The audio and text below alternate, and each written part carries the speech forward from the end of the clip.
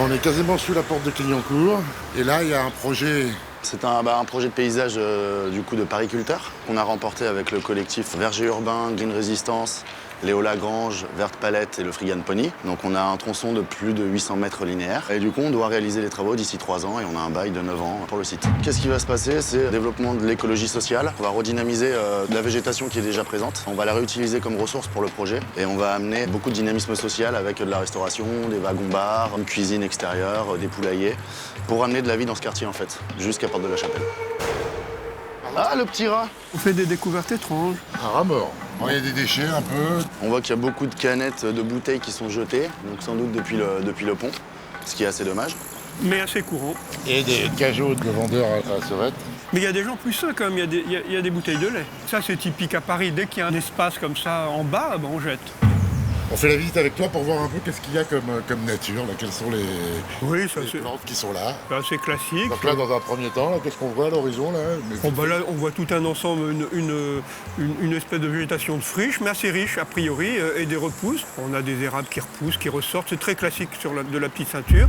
On a un roncier assez dense et aussi très très courant et très classique. Toujours très riche, il y a plein de clématites. On a quelques arbres, entre autres le robinier, le faux acacia qui est très fréquent sur la petite ceinture, sur toutes les voies SNCF en général, et qui est intéressant parce qu'il amène un peu d'azote dans le sol, donc ça enrichit un peu quand même sur ce cailloutis qui n'est pas très riche. Absolument, on a la plante bioindicatrice aussi d'un milieu azoté qui est l'ortie, Très riche, l'ortie. qui vient accompagner du coup ces essences de robinet. Donc on a quand même une végétation pionnière qui est mise en place aussi. C'est assez intéressant de voir ça. C'est très riche. Et on est juste au-dessus de l'endroit où habitait Mesrine, ce qui est pas mal non plus dans l'histoire. J'ai planqué des arbres sur la petite ceinture. Vous les retrouverez peut-être. Sans doute, on va essayer de les chercher. Donc là, on a une plante aussi typique de la petite ceinture. De l'érable.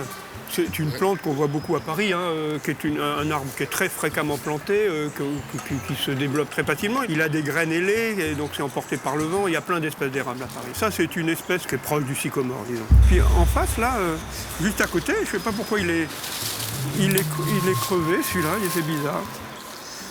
C'est difficile à voir après coup. Oui, c'est ça, on a dû jeter un truc, je sais pas, tu vois. Peut-être, ouais. Certaines feuilles ont été touchées, et celui-là, du coup, c'est tout certains repart sont de la morts. base. Voilà, c'est ça. On aimerait créer un accès depuis ici, où cette partie-là, en fait, c'est la fin de la balade ou le début de la balade comestible. Et dans ces talus, on aimerait mettre des fruitiers que les gens pourraient venir cueillir. On va retravailler du coup le talus pour faire des systèmes de terrasses. Il y a juste un dénivelé de 6 mètres. Il va falloir qu'on épouse du coup les pentes, donc on va sans doute faire une petite serpentine, ça c'est à voir. Le problème, c'est quand même que le talus est caillouteux. Pour des fruitiers, il faut leur ramener de la terre. Le problème de la terre d'ici, c'est qu'elle est Oui, toxique. absolument. On va remettre une nouvelle terre. Et on va Mais devoir c'est-à-dire faire que une vous allez séparation. reformer un talus. Ouais, on va en terrasse. On va créer des terrasses. D'accord, en Et terrasse. donc en fait, il y a le talus qui est comme ça, on va sans doute le protéger pour D'accord. pouvoir mettre un Bloqué apport pour mettre une plaque, de nouvelles une terres. zone de terre. Pas simple, Non, pas simple. Donc l'apport de terre, c'est 1,50 m de hauteur. Ouais, à peu près. C'est énorme. Et tout ça, ce serait enfermé dans une espèce de terrasse fermée. Ce serait la terrasse, bac. la terrasse serait bac. D'accord. Absolument Ok. Et ici. donc c'est rempli par ça. Donc ça c'est bien pour au niveau des problèmes de pollution parce qu'il n'y a plus aucun problème. Par contre, s'il pleut... Le ravinement. Voilà, le ravinement. Le problème c'est qu'en dessous on aura des zones de cailloutis sans doute. Bien sûr. Donc c'est pas forcément très évident non plus. Mais bon, l'idée est intéressante. Et sur ces rails de la petite ceinture, on souhaite mettre un wagon corail. Ouais. Désossé à l'intérieur, c'est ça? Ouais, c'est ce qu'on aimerait faire. Et ce wagon nous permettrait d'avoir des ateliers, aussi bien pour une école qui va s'ouvrir au milieu du tronçon, que pour donner des cours dans l'atelier, enfin des cours de français pour les migrants. On était un peu dans l'espace clairière, ouvert. Et là, du coup, on va vraiment vers le tunnel de verdure, Là, ça se vers ce ferme un couloir, peu. voilà, qui est plus Un sombre. peu classique. Et c'est ici où on souhaite créer un pont de singe. Un pont de singe, c'est une pergola pour créer une canopée. Donc on va faire ça avec de la corde pour renforcer cette immersion de verre. Et donc en gros, on va mettre des grimpantes qui vont du coup courir sur ces câbles de corde qui vont passer et qui vont du coup créer ce couloir de verdure. Étant donné que là, on arrive dans un espace qui est sombre, où le couvert arboré est très fort. Et donc là, on a vraiment un tunnel, la sensation d'un tunnel. Et c'est ça qu'on veut reprendre par ce pont de singe. On a quelques graminées classiques de l'APC. On a du sureau, manifestement là-haut. C'est une plante qui est assez courante sur la petite ceinture. Et au-dessus, le robinier, toujours. Donc c'est les plantes qui sont courantes sur la PC. Mais ça ne veut pas dire parce que c'est courant que ça n'a pas d'intérêt, hein. On est en zone urbaine, on est en plein milieu entre deux voies. Donc de toute façon l'impact de ces espèces, quel que soit l'intérêt botanique, ça a un intérêt urbain très important au niveau de la flore et donc de la faune du milieu naturel en général. On voit du coup que c'est relativement dégarni en fait sur ce talus. C'est un peu le problème. Et nous, la gestion qu'on veut appliquer ici, c'est renforcer ce biotope naturel qui est présent. Là, on voit des rejets qui partent. Donc il y a du robinier, juste en dessous on voit un petit Prunus lorocerassus qui démarre. Là on a encore des rejets d'érable. Enfin il y a quand même un minimum de richesse. Et nous l'intention c'est de venir recéper quelques arbres, ce qui va faire un puits de lumière. Recéper, ça veut dire couper un arbre et ça repart par petites points. Voilà, et c'est couper un arbre, non pas à la base, c'est au-dessus de la base, pour que du coup qu'il puisse se diviser, créer deux embranchements qui pourront être une ressource plus tard pour le projet. Là on a ce qu'on appelle un perchis. En venant tailler ce perchis, il va y avoir plus de lumière et donc du coup c'est plus favorable pour les nouvelles graines. Et donc notre intention, c'est pas de voir juste des arbres qui font 10 mètres de haut et de ne rien avoir en dessous, c'est de réétager, de retravailler ces strates. On couperait à 30-40 cm, ça va repartir par plein de petites branchouilles et ça va laisser de l'espace autour de la lumière. Par exemple, vous planteriez... Des grimpantes et qui se raccorderaient après en plus au pont de singe, aux arbres. Et qui se lieraient entre les deux canopées. Ce qui me pose problème ici, c'est qu'il ne faudra pas couper un arbre si tu veux de la lumière. Bien sûr. Hein, parce que le problème, c'est que ça va changer le milieu. Donc c'est un peu compliqué, parce que couper un arbre, ça ne va pas donner assez de lumière.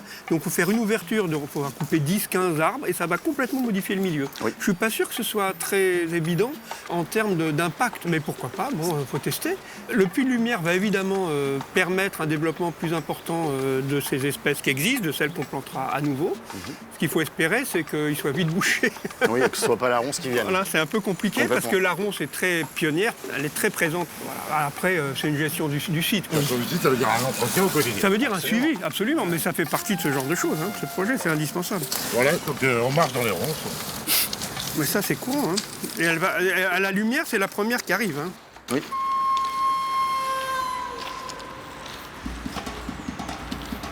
Du liseron aussi. Normal. C'est super ce qu'on peut trouver sur la PC. C'est vous qui appelez là-haut, on n'a pas fait attention. On se demandait. Vous inquiétez pas, il n'y a aucun problème. Je vais sortir tout à l'heure, je vais le prévenir que vous êtes les approqués pour ne pas y voir laisser les chiens. Merci beaucoup.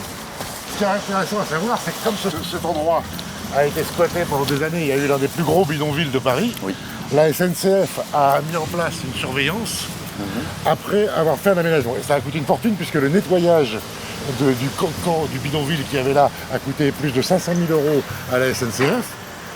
Et le gardiennage, ils en sont déjà à plus de 600 000. C'est des sommes énormes pour que ce site ne soit pas resquatté. C'est pour ça qu'on a un homme de sécurité qui est venu nous dire de partir, mais il n'est pas tout seul. Ils sont 2 ou 3, il y en a un ou deux qui circulent en haut. Lui, visiblement, il fait la circulation le long de la rue Béliard. Et il y en a un autre avec le chien et les voitures là-bas. Oui, c'est compliqué la petite ceinture. Hein. Ces problèmes de sécurité depuis des années, c'est extrêmement compliqué. Toutes les zones ne sont pas sécurisées, évidemment. Celle-ci en fait partie des secteurs sécurisés. En termes d'évolution, de projets, d'aménagement futur de la petite ceinture, évidemment, il faut contrôler l'accès. C'est beaucoup plus compliqué. Et c'est un des gros problèmes que se pose la ville sur l'avenir de ces lieux ouverts. Et elle a raison de se les poser. Ça, c'est le tronçon il fait à peu près 300 mètres, 400 mètres. Donc on va vraiment chercher à préserver. Étant donné qu'en fait les sols sont impropres ici, on va devoir faire de la culture hors sol. Et pour faire cette culture hors sol, on va mettre des bacs sur le milieu, sur les côtés des rails, pour laisser les rails dégagés. Et dans ces bacs-là, justement, on va pouvoir mettre beaucoup de plantes de potager, mais des plantes de saisonnalité. C'est comme ça qu'on fera des événements où on fera des soupes d'automne pour les migrants, pour les gens du quartier. Donc là, on va avoir un linéaire très important de bacs tout du long, qui vont se prendre en décroché et qui vont du coup nous le dicter, nous permettre de se balader sur ce linéaire. Mais tout ce milieu-là, vraiment ce talus-là, c'est ce qu'on va préserver, qu'on va protéger. Là, en gros, on est plus sur un espace du coup avec 2 linéaires. L'un qu'on va gérer, donc le milieu arboré, en recépant, en préservant ces biotopes en fait, et en les redynamisant. Et ici, du coup, juste avec des bacs de culture qui vont nous permettre de déambuler entre ces bacs de culture pour la balade. Et donc ça veut dire que le linéaire de pas est celui-ci, et le linéaire de préservation est celui-ci. 2 linéaires sous les arbres. 2 linéaires sous les arbres. On ne sait pas si on met les bacs, pour le moment, sur les coursives ici, qui vont se prendre dessus, ou si on les met justement juste sur les côtés des rails. Ça, on ne sait pas encore. Ouais, mais il faut laisser une petite marche si les wagons passent. Ah bah bien évidemment, oui, bien évidemment. Est-ce que vous avez une contrainte de laisser passer un train, je crois, c'est ça? Alors on a 2 wagons, on a le premier wagon qui va être là-bas et un autre wagon qui va être tout au bout du coup. On a des drésines qui vont circuler en fait. Et puis en plus, il y a Pour les se déplacer. contraintes de la SNCF. Quels que soient les aménagements qu'on fait, ces contraintes sont là. C'est vraiment Réseau Ferré de France SNCF qui est propriétaire. Les aménagements sont provisoires. Et évidemment, il faut qu'à tout moment, on puisse faire passer, si besoin, un train. Ça s'appelle la réversibilité. Oui, c'est la réversibilité. Mais je veux dire, il faut quand même lire entre les lignes. Et quelquefois, les contraintes imposées par la SNCF sont un peu limites, disons. Oui. Oui, oui. Nous, par exemple, sur le projet, on doit pouvoir démonter tout le projet, l'intégralité du projet, en 60 jours maximum. 60 C'est ce qui jours, nous est ouais. demandé. Et on doit Mais ça respecter fait partie du jeu partout. Hein. Bien sûr, Voilà. bien La sûr. partie du jeu, c'est une contrainte énorme, c'est certain. Hein. Si effectivement on a des bacs qu'on peut enlever relativement facilement en cas de besoin, Ça. c'est sûrement pas simple à organiser, hein. Mais voilà, c'est jouable. Alors après, il est prévu que nos bacs soient quand même assez petits pour du coup laisser les rails dégagés pour les drésines et en même temps les wagons. Donc ça ira là-dessus. Mais c'est sûr que si on doit tout démonter en 60 jours, ça va être assez compliqué. Parce que c'est tout le reste qui est hyper imposant et hyper important. C'est vraiment là-bas la zone de vie. Donc, Il n'y a pas beaucoup d'autres exemples dans le milieu naturel que ces espaces urbains. On est sur un sol qui est très particulier, on est sur des espèces qui sont assez limitées, c'est très spécifique comme milieu. Mais cela dit, pourquoi pas les aménager et il faut s'adapter aux contraintes de ces milieux. C'est une contrainte de plus, mais c'est sans doute d'autant plus intéressant. La zone arborée se termine juste après là. Et donc c'est juste après ces derniers arbres qu'il va y avoir une nouvelle dynamique. Et donc tout ce tronçon-là qu'on vient de visiter, ça va vraiment être protégé. Oui, sans se casser la Faut gueule, pas choir, hein. pas gagner. Hein. Je vais le mettre là, ce sera plus facile. C'est une morelle douce amère. Douce amère parce qu'on raconte qu'il ne faut pas le faire, hein, c'est toxique. Que si on mâchouille la feuille, il y a d'abord un goût douceâtre qui devient amer après. Elle a l'intérêt de faire partie de la famille de la tomate, de la pomme de terre et d'être comme elle tout aussi toxique. Celle-ci l'est complètement. La pomme de terre, tout est toxique sauf le tubercule. La tomate, tout est toxique sauf le fruit, on a de la chance. Et c'est une des richesses de cette petite ceinture, c'est la diversité de ces espèces, quoi. Il y a une diversité dans les types de canettes aussi. La chélidoine, qui servait à l'époque Ça, il y en a de teinture pour les peintures aussi également, pour avoir du jaune. Qu'on appelle la plante à verrues, Absolument. qu'on met sur les verrues, En quête des et qui se développe quand il y a de l'azote et en général quand on a pissé quelque part. Exactement.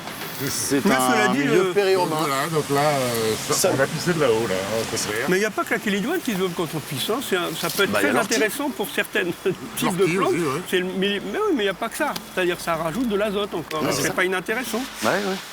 Et puis il y a une plante là qui est comestible. Il y a une amarante. Une amarante, alors elle est assez courante sur la petite ceinture. Il y a plusieurs espèces d'amarante. Hein. Et alors on récupère les graines, on les utilise un peu comme nos céréales. C'est une plante comestible. Les feuilles sont aussi comestibles, un peu comme les épinards. Alors évidemment, c'est pareil, sur la petite ceinture, vaut mieux pas. Parce qu'elle absorbe des produits qui ne sont pas forcément très sains. Voilà, mais cela dit, ça fait partie des espèces assez fréquentes. Bon bah tiens, ces petites baskets. Et ben voilà. Très bien, mais on fait des découvertes la petite ceinture. Au fur et à mesure, on rattrape le niveau Oui, c'est ça, hein. le niveau de la ville. Et là, c'est sympa quand même, cette zone de prairie enfoncée sur la zone de la petite ceinture, c'est sympa quand même. Là, on est complètement dans un espace ouvert. Parce que comme on peut voir, les arbres sont très vieux. Il y en a peu en dessous en sous-strate. Et de ce côté-là, on n'a presque pas d'arbres. À l'inverse du coup du tronçon là-bas, où tout du long, on avait des arbres des deux côtés. Donc là, on est vraiment dans un milieu ouvert. L'élante prend. Alors là, si les lentes, on le laisse, hein, Et il va y en avoir partout. tout sera couvert bientôt. Absolument. Ouais, les lampes, faut l'éradiquer. Et là, il y a des petits bouleaux. Alors, c'est des petits bouleaux qui viennent de la ville. Hein. Il y en a beaucoup à Paris, des bouleaux. Donc, il y a plein de repousses qui sont très fréquents dans le secteur. Sur la PC, on le voit souvent, le boulot. Ouais, là, il y a du boulot, on n'a pas besoin de traverser la rue. Les feuilles se mangent. Ouais, on peut manger les feuilles. Moi, je croyais qu'on les prenait juste en tisane. Non, les feuilles de bouleau, en fait, les 15 premiers centimètres des ramifications se mangent sur les gros arbres. Et c'est là où il y a toute la vie, en fait, pour l'année prochaine.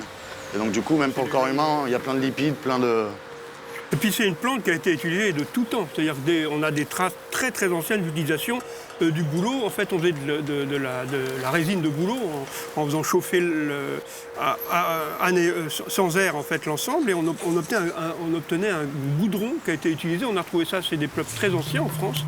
Et c'était utilisé pour rendre imperméables les embarcations, pour les semelles de chaussures. On a trouvé ça sur des traces très très anciennes dans les premières civilisations de nos régions, en fait. encore plus dans les zones du nord. Là, ce qui est assez intéressant, c'est qu'on voit deux milieux complètement différents. Un milieu sauvage, végétal, où il n'y a presque que ça qui règne, et un milieu urbain avec le mur, les déchets qui tapissent, qui jonchent le sol.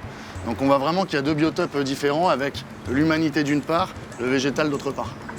Et on voit du coup aux usages que c'est des canettes, des bouteilles, des fast-food, voilà, et tout est jeté en fait depuis cette rue, depuis le boulevard Ney. Il y a beaucoup de monde sur tout cet espace de rue. Il y a des débats très nombreux, il y a plein de gens qui s'arrêtent, qui s'adossent, on les voit bien ici au gris, qui mangent. Il y a beaucoup de migrants. Voilà, alors les migrants, c'est un problème quand même considérable à Paris. Ouais, c'est des populations qui sont très fragilisées, c'est très très complexe. Alors voilà la laitue, une espèce de laitue qui s'appelle la laitue vireuse. Ça donne pas trop envie de manger la salade, hein, il vaut mieux pas, c'est Il n'y a pas toxique. grand-chose à manger surtout. Même s'il y avait, il ne faut pas. Voilà, elle est très courante sur la petite ceinture et dans beaucoup d'endroits à Paris, plutôt sec, hein, caillouteux. Elle n'est pas par hasard ici sur le balastre. Elle donne un petit latex blanc, il est très toxique ce latex. Et voilà encore une plante très courante. C'est la linaire commune, la plus fréquente à Paris, hein. On la trouve dans les milieux plutôt secs et ensoleillés. Celle-ci est vraiment très courante à Paris, mais ça n'empêche pas qu'elle donne ces grappes de fleurs superbes, flammées dans les jaunes, dans les orangés. C'est mellifère. Ah, c'est très mellifère, oui. C'est très étonnant d'ailleurs, parce que pour arriver à rentrer dans la fleur, il faut que l'insecte soit suffisamment lourd. Donc en fait, c'est pollinisé par des insectes un peu lourds, parce qu'il faut se poser sur la fleur et l'ouvrir. La fleur est fermée. Et donc il y a tout un... C'est une manière d'avoir un choix de pollinisateurs adapté, en fait. D'accord. On imagine ça comme ça. C'est plutôt des petits bourdons, vous voyez, c'est Comme des gros celui-là. insectes, en fait. Là, vous n'avez pas prévu d'accès ici. Non. Bah c'est bête, il est déjà là. Bah oui. On l'avait prévu un peu plus loin, mais ça peut très bien se Mais ça, mettre là. ils ont mis ça là l'année dernière, il y a 2 ans. C'est ce que récent. je t'ai dit, il y a 2 ans. Ouais, c'est ça, il y a 2 ans, oui, c'est ça. Et c'est dingue, ça. Pourquoi est-ce qu'ils ont fait ça? Je comprends pas l'intérêt. Parce que ça correspondait à un accès originel. Non, je mais pense. ça, on peut comprendre. Mais alors qu'on le remette, alors qu'il n'y a aucun intérêt de le mettre là, je vois pas l'intérêt. Tu vois, je comprends pas. Ah bah, c'est l'administration. À moins qu'effectivement, dans c'est les... l'administration ferroviaire. À moins que dans les projets, ils avaient envisagé de faire, je ne sais pas trop, une descente, un escalier, je ne sais Un trop petit quoi. toboggan. Toboggan, un machin sympathique. Oui. Pour tomber dans les cailloutis, c'est une bonne idée, remarque.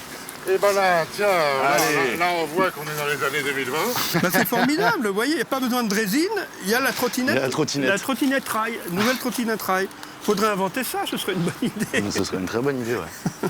Avec un U. Un U qui croche et puis... Ouais, bah ouais.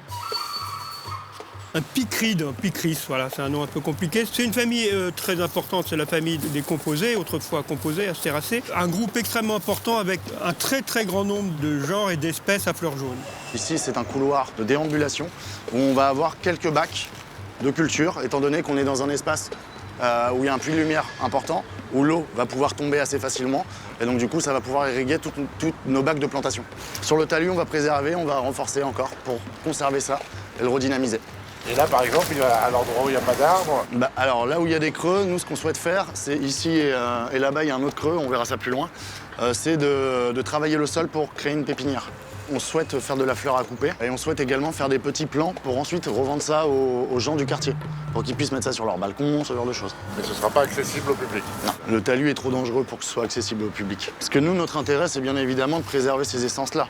Donc là, ces fleurs jaunes, là on a vu les bourdons justement en train de butiner, bah ça on souhaite le conserver. Donc est-ce qu'on va devoir le déplacer ou est-ce qu'on va devoir mettre les bacs à côté justement? C'est tout ça qu'on va voir par la suite. Un des problèmes, c'est qu'en modifiant le milieu d'une manière ou d'une autre, en amenant des gens, de toute façon, tout ça, ça va changer. C'est évident. C'est évident. Et même s'il y a un espace avec beaucoup d'une espèce, il n'est pas sûr du tout qu'elle reste, hein, parce que tout change et le milieu évolue énormément et très vite en fait. Voilà, une laitue vireuse, elle est pas mal celle-là. C'est bête qu'elle soit un peu sèche. Impressionnant, hein. C'est de l'armoise derrière? Armoise commune, oui. D'accord. Certaines armoises sont utilisées pour faire des alcools et elles contiennent une substance très toxique qu'on appelle la thuyone et ça attaque le système nerveux très directement. C'est ce qu'on retrouve dans l'absinthe? Enfin, l'absinthe est une armoise. C'est une armoise. L'absinthe est une armoise. C'est le gros problème de l'absinthe, c'est la présence de cette thuyone. C'est une plante qui est très toxique, hein. Et là, c'est quoi? C'est du blé, là? Oui, oui, c'est un blé. Voilà, ben oui, ben bien sûr, hein, les champs de la petite ceinture sont bien connus. Puis quelquefois, sur la petite ceinture, il y a des personnes qui sèment quelques trucs, hein. On a un camp de Rome. Oui. Là, on a semé des danettes. Tu as une vision de la nature urbaine très particulière. L'arbre à papillons. Tiens, un buddleia, c'est rare. Forcément avec son Et ben acolyte. voilà. Et c'est une plante vraiment qui est maintenant partout présente dans toutes les friches parisiennes. Mais elle donne des fleurs magnifiques, elle attire quelques insectes et les papillons. C'est vrai, quand elle est trop présente, c'est un peu gênant, comme toujours. Hein. Ça peut être une plante envahissante. Elle se ressème assez facilement. On appelle ça le lilas sauvage. Oh, elle a plein de noms. Mais elle est tellement présente partout en France, et du coup, il y a pas mal de contraintes parce qu'elle se développe souvent trop dans un des endroits où on l'a installée. Il n'y a pas que le butéia. Non, il n'y a pas que le butéia. Non, Mais bien sûr, il n'y a pas que le regardez, butéia. il y a une autre espèce exotique là. Et il y en a plein. Il y a une espèce rouge là-bas. Là. Elle se trouve là-bas, je vois pas de rouge, moi. Vous voyez pas une canette de Coca-Cola? Ah oui, mais ça, ton truc de canette, je sais que... Les canettes de la petite ceinture, quoi. Là, on a des plaques. Alors il faut voir parce que parfois les plaques sont amiantées et il y a normalement un réseau de fibres optiques. C'est ça, c'est sans doute les Il y a un triboptes. réseau de fibres optiques en dessous. D'accord. Ah, le compagnon, la petite plante blanche là, c'est une plante de la famille de l'œillet. Ben voilà la fleur de clématite, c'est joli, c'est Juste très là, parfumé. très belle, ouais. Ah oui, oui, oui. Et c'est très irritant. C'est une histoire marrante, c'est que les gamins qui voulaient pas aller à l'école utilisaient la plante parce qu'elle est très irritante et quand on se gratouille le nez avec la tige, ben il se met à saigner. Et du coup, on peut essayer d'échapper à l'école en disant qu'on a des problèmes. On l'a appelé longtemps saigne-nez à cause de ça. C'est beau. Ces paysages-là, c'est absolument beau. superbe, avec ces dégoulinades de nature. C'est vraiment un paysage typique de la petite ceinture, ça aussi, Complètement. hein, parce qu'on voit des lianes de tous les côtés. Comme on n'a pas vraiment entretenu, c'est ça, moi, qui me gêne un peu, c'est que modifier un paysage, l'entretenir, le transformer, on perd ce qui fait la petite ceinture, quoi. C'est-à-dire ces espèces d'endroits étonnants où les différents espaces naturels se mêlent. On a tout un ensemble de lianes qui couvrent quelques arbres et arbustes, ça donne un paysage assez étonnant. Derrière, on a une espèce toujours un robinet, mais il y a une espèce de manchon de nature autour. Tout ça, évidemment, c'est compliqué de garder quand on ouvre et quand on aménage. Il faudrait. Mais voilà, mais Absolument. Parce que c'est ça le compliqué, langage quoi. de la petite ceinture et on ne doit pas le perdre. Mais c'est Il ne faut compliqué. pas dénaturer ça. Le problème, c'est compliqué parce que les aménagements, on a besoin de place. Ouais. Ça modifie le milieu, c'est ce qu'on disait tout à l'heure, donc c'est compliqué. Mais Complètement, c'est vrai que complètement. c'est une bonne gageure d'essayer de le faire, mais c'est pas simple, sûrement pas simple. Moi, je trouve que c'est bien d'en aménager une partie.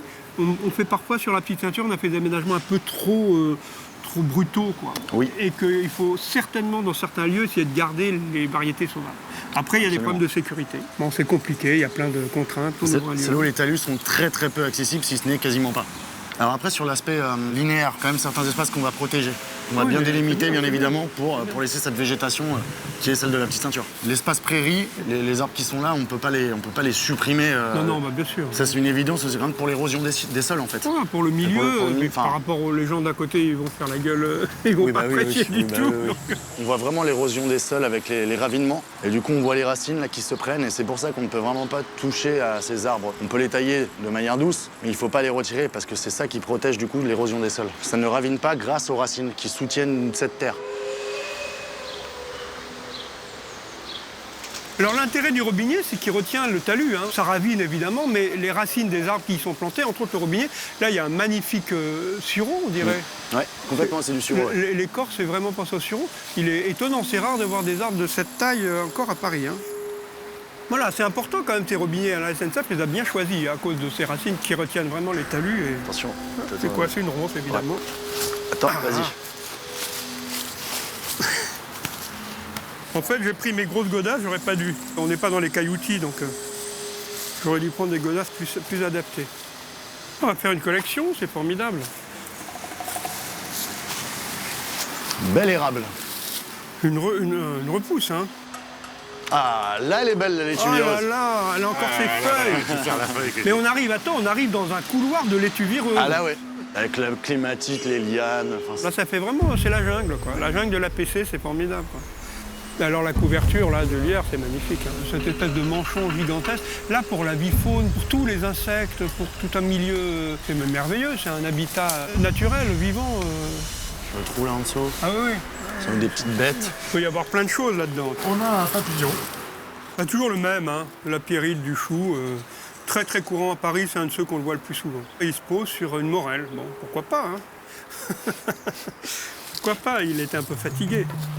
On est dans un puits de lumière avec différentes successions d'arbres, ensuite de la clématite, donc un sol beaucoup plus bas. Et toute cette zone-là, en fait, c'est la zone d'expérimentation du projet. C'est là où, du coup, on est le plus proche du boulevard, avec le tram qui passe juste au-dessus. Et il y a un escalier qui va prendre place depuis l'accès qui est déjà existant, en fait. Nous allons y mettre une cuisine, nous allons y mettre un poulailler, nous allons y mettre un bac composteur. Toute cette zone-là, en fait, c'est un peu pour rappeler un quai. Du coup, on va créer un platelage qui va symboliser ce quai. Alors, le problème des installations, c'est qu'elles vont être... ça va être trop étroit, en fait. C'est-à-dire trop étroit. On doit avoir accès aux rails, donc notamment celle-là. Donc notre serre, notre poulailler, notre cuisine, elle va être vraiment sur le linéaire. Ça va être de ce côté-là. Ça va être de ce côté-là, oui. Ah oui, mais ça va être en longueur, quoi. Absolument. Faut faire en longueur, il n'y a pas de Ça fait quoi, 1 mètre de largeur, quoi? 2 mètres. C'est pas grave, du coup, les poules pourront courir un peu plus, ce sera tout en longueur, c'est mieux. Oui. Après, on va les lâcher, les poules. Petits lézards. Oui, ils ont bien nettoyé. Hein. Combien ça coûtait, le On est nettoyage? vraiment sur l'ancien camp, ici. On est à l'endroit où il y avait les déchets du camp et les toilettes. Il y avait, c'était pas des toilettes sèches, mais presque. Et il y avait un escalier là qui descendait là où il y a la barre RH là-bas. Oui. Et après, il y avait le camp qui allait jusqu'au Roi du Nord, avec 2 rangées Oui, de chaque côté. de chaque côté. Oui. Donc il y avait Une 4 rangée de chaque côté. une rangée de chaque côté. Waouh. Sur chaque rail, le rail étant l'endroit où on marche. Voilà, c'était énorme. Et c'était impressionnant, ce camp-là. Il y avait plus de 600 Hyper personnes. impressionnant. Et il y en a, quand ils ont fait l'expulsion, il n'y avait que 130 personnes à expulser. Parce qu'en fait, il y avait des loueurs de cabanes et les gens tournaient. Là, les barrières ont sauté. Là où il y avait l'escalier, les gens qui habitaient là c'est ça. avaient créé un escalier à base de palettes. C'est une bonne idée, ça. C'était une bonne idée, donc ils ont récupéré des palettes parce que, en fait, quand ils arrivaient ici, ils larguaient tous les bouts de bois, il y avait une sorte de camion des gars qui les déposaient et ils construisaient leur cabane. Et les 2 accès étaient là, en fait, là où il y a, où la grille est endommagée. Moderne. Après le bidonville, après l'expulsion, après le grand nettoyage qui a coûté une fortune à la SNCF, il y a eu une période neigeuse avec de la poudreuse. À cet endroit-là, il y avait 30-40 cm de neige. Donc toute la vermine, toutes les saloperies ont été tuées. Et c'était hallucinant. On se baladait là-dedans, c'était super beau.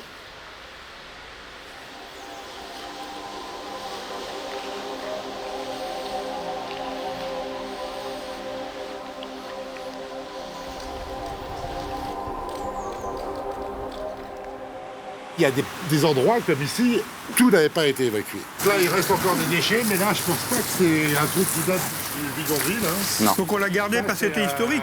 C'est plutôt récent. Hein. Ben, il faut prévenir la ville qu'ils ont à faire un petit tour à nouveau. Jusqu'à janvier 2020, on est toujours... Oui, c'est ça, la SNCF, SNCF. bien sûr. Les gardiens qui sont là, ils sont payés par la SNCF. Oui, ça c'est normal. Ouais. L'État. Mais donc ils vont laisser ça jusqu'à ce que la ville l'enlève. C'est une morelle. D'accord. C'est incroyable, hein, C'est incroyable. la manière dont elle a été transformée par la... C'est un produit chimique qu'on a lancé, sans doute un pesticide, qui a provoqué une modification. Il a fait rabougrir complètement. Ça l'a là. complètement transformé. Voilà la feuille normale. Et voilà les feuilles après mutation chimique, disons. C'est étonnant, ça. C'est horrible. Alors déjà, la plante est toxique, là, ça l'est encore un peu plus. Et comment se fait-il qu'il y ait eu du pesticide de répandu? Je ne sais pas, j'ai eu le pesticide, j'en sais rien. Là, de toute façon, c'était pollué. Voilà. Là, ici, il y avait du fioul, il y avait des bonbonnes de gaz qui sont encore stockées là-bas. Il y a eu un feu avant l'expulsion parce que des bonbonnes de gaz ont explosé. Donc je ne sais pas Mais là, il suffit. herbicide ou de pesticide. Voilà, mais par contre, ça peut être ça. chimique. Ça peut être C'est ça, un ouais. produit chimique, ça peut être chimique une qui merde était là. quelconque, si tu veux. Là, c'est ils ont mis quelqu'un des qui- chiottes, ils ont dû mettre du produit chimique dedans. Voilà, ça peut être un... D'accord, voilà, ok. un C'est savon, vraiment la machin, zone. tu vois, une- Là, c'est vraiment...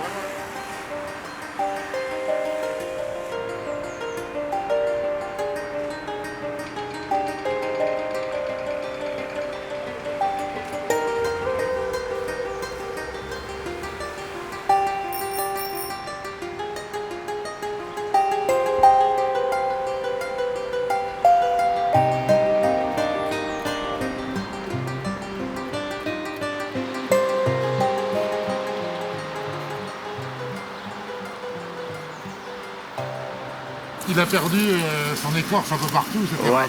Il y a quand même manifestement au niveau de l'échange avec le sol une contrainte. Donc il doit être un peu en fin de vie. Hein. Mais ce qui est très beau, c'est qu'il se régénère directement. Oui, ça Avec- ressort, bien sûr. Avec tous ces petits érables qui sont tout en dessous. On va devoir élaguer ce qui est mort Oui, voilà. pour Et ne pas que ça tombe sur les individus. absolument, c'est important. Et même en élaguant, il faut voir ce que ça donne dans le temps, parce ça. que là, on n'est pas sûr que ça tienne. Non. C'est le Catalpa. Bravo. Bah, c'est le Polonia.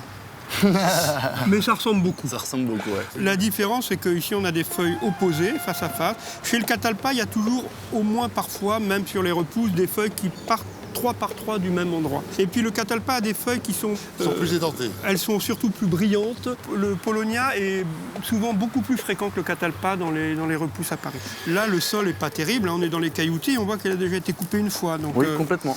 Complètement. c'est normal, je vois pas très Pour grand. la SNCF. Alors là, si on laisse pousser, hein, ça donne un bel arbre, ça. Et là, ces feuilles-là, C'est de la laitue vivreuse, non? Tout Oui, simplement. ça peut être une jeune laitue, oui, tout à fait. Parce que là, on a les Voilà, poils. on voit bien le latex, Ouais. effectivement, j'ai pas fait Et puis attention. on a les poils en dessous. Voilà. Et les poils, c'est typique pour la laitue vireuse. Et les petits, on voit bien le latex là qui voilà, c'est une qui jaillit, virus qui voilà. apparaît. Voilà, parce que- Et l'odeur est complètement typique aussi. Puis le latex, hein, il est Ah bah très, oui, très oui. typique. Ben voilà la faune. les animaux. Le bélier ceinturien, qui aime bien cheminer sur le rail. Et qui est très rare, hein. On ne le trouve que dans un quartier parisien. L'ouverture va être ici. Nous sommes sur l'un des endroits les plus bas depuis le boulevard jusqu'à la petite ceinture. Donc là, nous allons créer un escalier pour permettre une entrée. Depuis cet escalier jusqu'au prochain pont, on va avoir plein de constructions. On va avoir un atelier, on va avoir une cuisine, un poulailler, on va avoir une serre, on va avoir un composteur. Sur tout cet espace-là. Et ici, on va vraiment aménager avec des ballots de paille pour créer des petites chambres pour les gens pour qu'ils puissent s'y poser. En premier lieu, on va avoir la cuisine qui va aussi être gérée par le Frigan Pony qui vont récupérer des invendus de Rungis pour refaire des plats pour les gens, pour la population locale. Ensuite, on va avoir un atelier, donc sans doute un conteneur, qui sera l'atelier du coup des différents collectifs et des différents médiateurs de ce projet-là.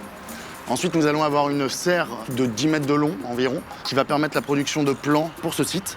Et ensuite, nous allons avoir un composteur et un poulailler. Et l'objectif, c'est d'avoir un lieu d'expérimentation, où on puisse ramener aussi les élèves, les écoles, pour qu'elles puissent rencontrer les poules, qu'elles puissent voir les essences de production qu'on va amener sur la petite ceinture. Ils vont pouvoir cuisiner aussi également. On veut faire aussi une cuisine mobile qui puisse se déplacer. Sur les rails. Sur les rails, ouais. Et on va avoir aussi un robot Sony, alors ça c'est pas dit, un robot Sony qui serait là pour faucher, pour arroser, en se déplaçant sur la petite ceinture. Et du coup là on est sur le point de départ, enfin un peu plus loin, il y a le point de départ des draisines qui va jusqu'au bout.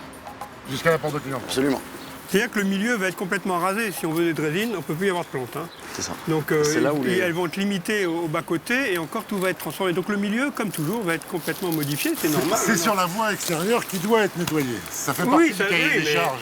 ça c'est une histoire, le cahier des charges. Dans la vie de la petite ceinture, il y a aussi l'histoire naturelle et sauvage du Absolument, milieu. absolument. Et c'est autre chose, et ça ne va pas forcément ensemble. Ouais. Et c'est intéressant de partir justement de l'existant, de cette histoire, de cet échange, de ce mélange entre la nature et un côté qui est industriel en fait, une voie ferrée. C'est là où il faut qu'on crée des poches. C'est compliqué. Pour préserver hein, tout c'est pas ça. simple. Alors moi, l'autre question que je me posais, c'est pour Oui. la cuisine, parce que la cuisine, il va y avoir des équipements techniques, Oui. de l'électricité. Oui. Comment Point ça d'eau. se passe tout ça? Ça va c'est pas la être mairie très de simple. Paris qui s'occupe de ça. D'accord, mais alors ça va être simple à amener, c'est pas problématique. Alors d'amener ça c'est déjà ici, compliqué parce qu'on est en attente de leur réponse. Ah et oui, qu'on c'est là, leur- il n'y a pas encore voilà. la réponse. Ah oui, Voilà, ça doit on leur pas être de- très on simple leur déjà. demande ça donc. On est dans un milieu envahi par la nature. C'est une expérience très étonnante, quoi. Ça arrive plus souvent, ça n'arrive plus très souvent en zone urbaine, ça. Oui. Et là, c'est une découverte, quoi, de se balader sur un chemin environné par des plantes qui nous dépassent. C'est quand même amusant. Typique d'une friche. Alors voilà une espèce envahissante. Voilà le senson du Cap. Donc un des sensons, on en voit 5, 6, 7 sur la petite ceinture, il y a plein d'espèces de sensons. C'est une invasive qui est très, très dynamique, disons. Mais par contre, elles prennent la place d'espèces de nos régions. Elles n'ont pas de lien avec des insectes, avec d'autres espèces. Pour l'instant, elle n'est pas encore trop présente sur la PC, ça dépend des secteurs. Voilà un petit liseron, hein, convolvulus, une petite plante qui se développe sur les eaux très facilement, qui est très courante dans les jardins et à Paris. Et là juste en dessous. Une quinte feuille, une vigne vierge, quoi. Alors tout ça, ça vient de terrains jardinés qui devaient être là-haut. Il y en a une là-bas, là, sans doute là-haut, voilà. Sur le grillage. On va avoir une zone en pleine terre avec beaucoup de végétation spontanée qu'on va laisser de manière séquentielle. Et du coup, on va créer des parcelles de culture de type pépinière pour de la plante vivace qui sera ensuite distribuée pour les habitants du quartier. Ah, c'est formidable. Et alors, ce seront des bacs ouverts, ces bacs-là, qui seront ici où les plantes... Parce que toutes les espèces sauvages sont au milieu, elles vont grainer. C'est sûr. Et ça va donner Il y a des beaucoup mélanges un peu d'entretien. surprenants. Il y a beaucoup d'entretien à faire. C'est pas évident. Parce que même en enlevant, quand la graine commence à pousser, ça prend un temps fou, quoi. Bien sûr. Et alors, là, il y aura une zone de production de... Voilà. C'est-à-dire que c'est les jeunes pousses qui sont produites dans la serre, c'est ça? Absolument. Et qu'on va ensuite redispatcher dans les bacs. Pour qu'elles se là-bas. développent bien, d'accord. Donc on va faire tous les semis avec la germination. Et la alors serre, du coup, est sur ce mur-là pour avoir la chaleur des pierres Là, c'est un avec très le bon sud qui tape dessus. Ça, c'est un très bon truc. Et agricole des eaux pluviales, forcément. Ouais, bien sûr. Logique. Et alors, elles servent à quoi, ces pousses, ces graines, ces plantes? Eh ben, elles vont pouvoir, ça va permettre de mettre ça dans les bacs de production. Avec Assez pour la production, pour produire des légumes, absolument. pour produire des choux, des tomates, Exactement. tout ce qu'on veut. Et du coup, on a la cuisine juste à côté. Oui, d'accord. Et donc après, on cuisine ces légumes-là pour faire un... C'est super, il faut mettre au point un calendrier hyper pointu. Ah mais on l'a déjà, on l'a déjà. C'est Avec les super. 4 bacs, enfin les 4 genres de bacs Oui, différents faut que ça- par rapport faut aux que ça fonctionne, saisonnalités. Voilà, parce qu'il y a un truc à organiser qui est évidemment pas évident. La renouée, Non, il y a la renouée. elle existe encore. Ouais, et elle est bien conséquente là-bas, bien dense. On a la présence de la renouée du Japon, qui est une plante invasive ramenée d'Asie, qui détruit tous nos écosystèmes en France. C'est une plante qui vient d'Asie et qui en Asie est très utilisée, entre autres comme légume. Absolument. Un qui est consommé et qui est très apprécié. C'est une plante exotique qui n'est pas adaptée à notre milieu et qui prend un espace fou, qui se ressème par les racines en plus, qui se développe extrêmement rapidement. Et le meilleur moyen de lutter contre, C'est de la bouffer. c'est de la ratiboiser, voilà. Et toutes les nouvelles pousses qui sortent, comme le bambou, Et on les jeunes prend pousses, voilà. et on les met dans l'eau Mais alors, bouillante. Et... le truc quand même, c'est que c'est une plante qui absorbe pas mal de métaux lourds. Absolument. Ça, c'est un peu problématique. Donc, faudrait faire quelques tests avant pour savoir. Parce que quand Mais- on parle d'agriculture urbaine, ça pourrait servir à l'agriculture urbaine. Alors, déjà, ça peut servir à nettoyer les sols de ces métaux lourds, ces Ouais, éléments. Absolument. Si on la fauche, on la coupe, il y a les nouvelles pousses qui sortent. Et ces pousses-là, on les recoupe. Et en fait, on peut les manger comme les jeunes pousses de bambou. C'est comestible. C'est comestible, on peut les faire à la Et vapeur. c'est très apprécié en Asie. Depuis très très longtemps, ça pousse sur le mont Fuji, dans la partie basse du mont. C'est très utilisé là-bas. Ce qui est assez impressionnant, c'est qu'il y a un an, du coup, quand on avait visité le site, il me semble qu'il y avait de la renouée seulement là-haut. Ah mais ça, elle se développe à une Il n'y avait vitesse. pas, elle n'était pas là. Elle prend l'espace des espèces Et elle les tue locales. au fur et à mesure, quoi. Voilà, elles disparaissent. Bah surtout, on peut regarder, regardez l'interstice dans lequel Ah oui, ça bien pousse. sûr, oui, tout à Même fait. pas, c'est même pas 3 cm. C'est rien. Mais elle aime bien les zones un peu humides et là, il doit y avoir un peu d'eau et ça doit bien aider. quoi. On a un arbre là qui est tombé là, hein. Ça fait un moment qu'il est là. Oui. On voit qu'il a pris des coups de hache manifestement bien placés. Pourquoi a-t-il été coupé, je ne sais pas par contre. Peut-être pour faire un puits de lumière. Tombé sur la rue ou je sais pas. Peut-être. Bah, il avait l'air en bon état, enfin bon. Ouais. Plantain lancé au lait. Comestible. Ces petites feuilles ont le goût de champignon. C'est pas mauvais du tout, hein. Ça peut se manger en salade, frais ou puis grillé un peu, c'est très bon. Et si on se fait piquer, on prend la feuille, on l'écrase, et puis ça démange moins. La nature, il y a un problème, il y a une solution. Et donc par exemple l'ortie qui va te démanger, qui va te piquer, et le problème, et la solution qui pousse souvent à côté des orties, c'est le plantain. Le problème, c'est que pour aller chercher le plantain, on se pique C'est ça. avec l'ortie qui est à côté. Donc c'est compliqué comme histoire.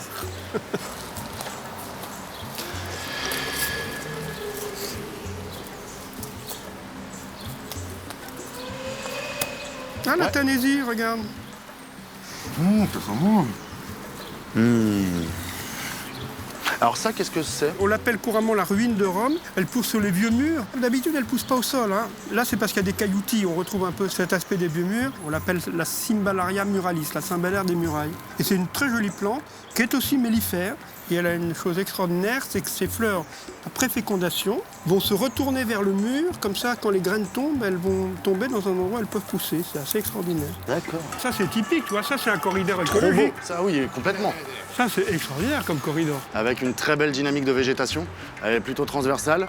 Avec la renouée du Japon, avec les buddléias et avec l'artémis, l'armoise. Et on a vraiment trois strates différentes comme ça, qui communiquent un peu entre, avec l'armoise et les buddléias. C'est assez joli. Et ça, c'est quand même une richesse qu'il ne faut pas perdre sur le projet. C'est là où vous allez mettre toute votre Bah oui, structure. bah oui. On va être obligé de préserver des zones, faire des poches pour pouvoir toujours montrer ça en fait à nous-mêmes et pouvoir garder ça sur la petite ceinture. Parce que c'est quand même son identité. Moi, j'ai du mal à comprendre comment ça pourrait avoir lieu, c'est compliqué, quoi. On imagine des aménagements dans une zone fouillie comme ça, c'est pas possible. Même pour le passage du public, ça va être compliqué. Alors que c'est vraiment un des milieux typiques de la petite ceinture, quoi. Un des, parce qu'ils sont très mêlés, les espèces sont variées et tout change d'un endroit à l'autre.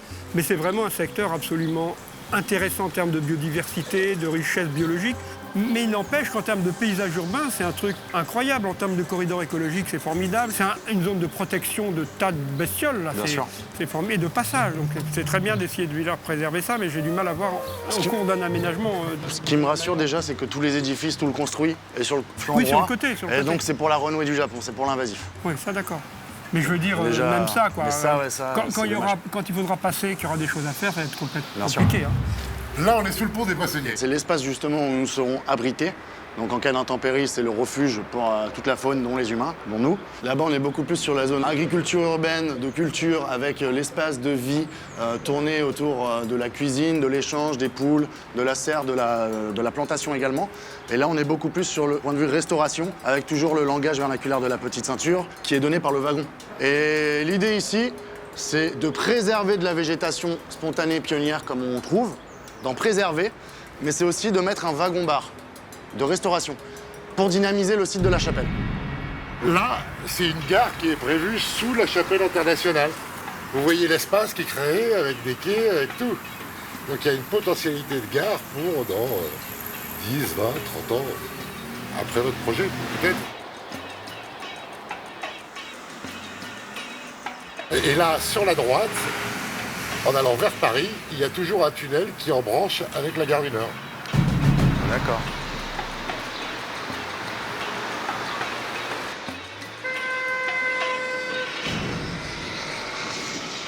Le problème de ce quartier, c'est son dynamisme social. Et nous, ce qui nous intéresse, c'est d'y mettre un wagon restauration qui fait aussi bar pour la population et pour en faire un nouveau pôle, pour amener la population locale ici, sur la fin du tronçon. Mais il n'y aura pas un problème de tarif, de prix Alors non, nous, non. On ne cherche pas à faire du capital. Non, j'imagine. Il nous en faudra forcément pour le projet. Mais malgré le fait de faire ou pas de capital, voilà, c'est compliqué entre la gestion du lieu, la production. Bien sûr. Voilà, donc c'est pas C'est là facile. où on doit être nombreux. Voilà, c'est ça. Impressionnant, hein, il y a une forêt de Follonia, là. Ça vient d'Anna Pavlovna, la reine des Pays-Bas d'origine russe, le nom vient de là. Ça a été introduit par un habitant de son pays d'origine et il a voulu honorer sa reine. Il était responsable de la Compagnie des Indes orientales à l'époque et il a introduit cet arbre en l'honneur de sa reine. Et ça, c'est quoi? Et alors, c'est une plante dont le vrai nom est érigéron, maintenant Coninza, donc. Érigéron, ça veut dire jeune vieillard, c'est assez étonnant. Parce que très tôt, les fleurs vont donner des fruits et donc on a comme des espèces de cheveux blancs. Mais c'est ce que tout le monde appelle encore Bergerette du Canada. C'est un groupe qui est très très courant dans toute la ville, hein, dans tout Paris. Donc sur la petite ceinture, bien sûr, mais il n'est pas spécifique à la petite ceinture, on la trouve dans les rues. Elle se développe dans des terrains très pauvres, il n'y a besoin de rien. Donc, et ça peut donner des plantes plus grandes que ça encore. Et le premier wagon qui sera tout au bout sera décortiqué pour récupérer les sièges. C'est ce qu'on souhaite. Et ces sièges-là, ensuite, seront mis à l'extérieur ici, afin de créer un bar extérieur. On aura vraiment ce wagon restauration bar à compartimenter. Et à l'extérieur, ce sera beaucoup plus de l'échange avec des tables. Zone de convivialité aussi pour le végétal. Quand on voit toutes les essences qu'on a et la richesse des plantes qu'on a, on veut aussi absolument laisser des zones comme ça. On veut pas tout dénaturer, c'est pas possible. C'est pas notre intention, c'est pas la petite ceinture. On se trouve sous les voies ferrées avec le wagon qui se trouvera juste là. Notre intention, c'est de ne pas exclure les individus dans le projet, notamment les personnes à mobilité réduite. Là-bas, il y a la première entrée qui existe déjà, qui est au niveau 0 de la rue. Donc les individus peuvent descendre là, même en fauteuil roulant pour les personnes à mobilité réduite, et peuvent accéder par là. Donc notre intention, c'est de pouvoir les amener jusqu'à cette petite ceinture, de pouvoir les faire continuer sur le site. Donc soit par un plâtelage bois, soit par un paillage entre les rails, qui vont leur permettre de se déplacer assez facilement. Pour évacuer tout le bordel qui avait été laissé par le bidonville, la SNCF avait fait une ouverture là-bas, et donc qui est à niveau de la rue.